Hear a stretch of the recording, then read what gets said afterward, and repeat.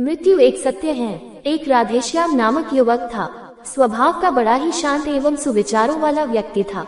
उसका छोटा सा परिवार था जिसमें उसके माता पिता, पत्नी एवं 2 बच्चे थे। सभी से वो बेहद प्यार करता था।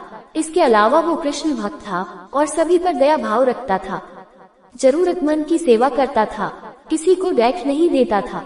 उसके इन्हीं गुणों के कारण श्री कृष्ण उससे बहुत प्रसन्न थे और सदैव उसके साथ रहते थे। और राधेश्याम अपने कृष्ण को देख भी सकता था और बातें भी करता था। इसके बावजूद उसने कभी ईश्वर से कुछ नहीं मांगा।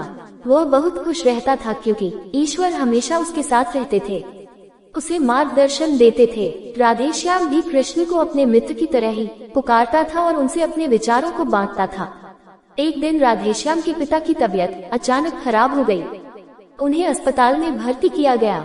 उसने सभी डॉक्टर्स के हाथ जोड़े, अपने पिता को बचाने की मिन्नतें की, लेकिन सभी ने उससे कहा कि वो ज्यादा उम्मीद नहीं दे सकते और सभी ने उसे भगवान पर भरोसा रखने को कहा। तभी राधेश्याम को कृष्ण का ख्याल आया और उसने अपने कृष्ण को पुकारा। कृष्ण दौड़े चले आए। राधेश्याम ने कहा, मित्र तुम तो भगवान हो, मेरे पिता को बचा लो।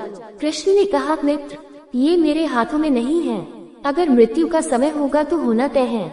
इस पर राधेश्याम नाराज हो गया और कृष्ण से लड़ने लगा, गुस्से में उन्हें कोसने लगा।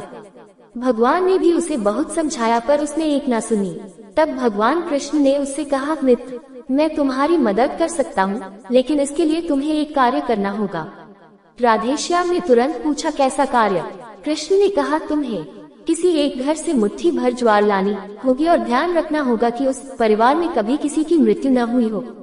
राधेश्याम झट से हाँ बोलकर तलाश में निकल गया। उसने कई दरवाजे खटखटाए। हर घर में ज्वार तो होती, लेकिन ऐसा कोई नहीं होता जिनके परिवार में किसी की मृत्यु न हुई हो। किसी का पिता, किसी का दादा, किसी का भाई, माँ, काकी या बहन। 2 दिन तक भटकने के बाद भी राधेश्याम को ऐसा एक भी घर नहीं मिला। तब उसे इस बात का एहसास हुआ कि मृत्यु एक अटल सत्य है।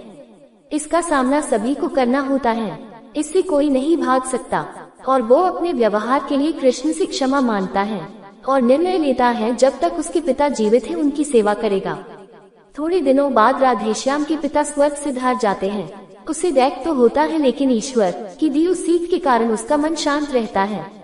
दोस्तों, इसी प्रकार हम सभी को इस सच को स्वीकार करना चाहिए कि मृत्यु एक अटल सत्य है। उसे नकारना मूर्खता है। दैख होता है, लेकिन उसमें फंस जाना गलत है, क्योंकि केवल आप ही उस दैख से पीड़ित नहीं है, अपितु संपूर्ण मानव जाति उस दैख से रूबरू होती ही है। ऐसे सच को स्वीकार कर आगे बढ़ना ही जीवन है। कई बार हम अपने किसी खास के चले जाने से इतने बेबस हो जाते हैं कि सामने खड़ा जीवन और उससे जुड़े लोग हमें दिखाई ही नहीं पड़ते। ऐसे अंधकार से निकलना मुश्किल हो जाता है।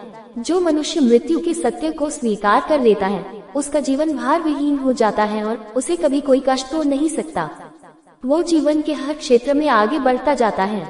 आपको कहानी पसंद आई हो तो प्लीज चैनल को लाइक, शेयर और सब्सक्राइब करें।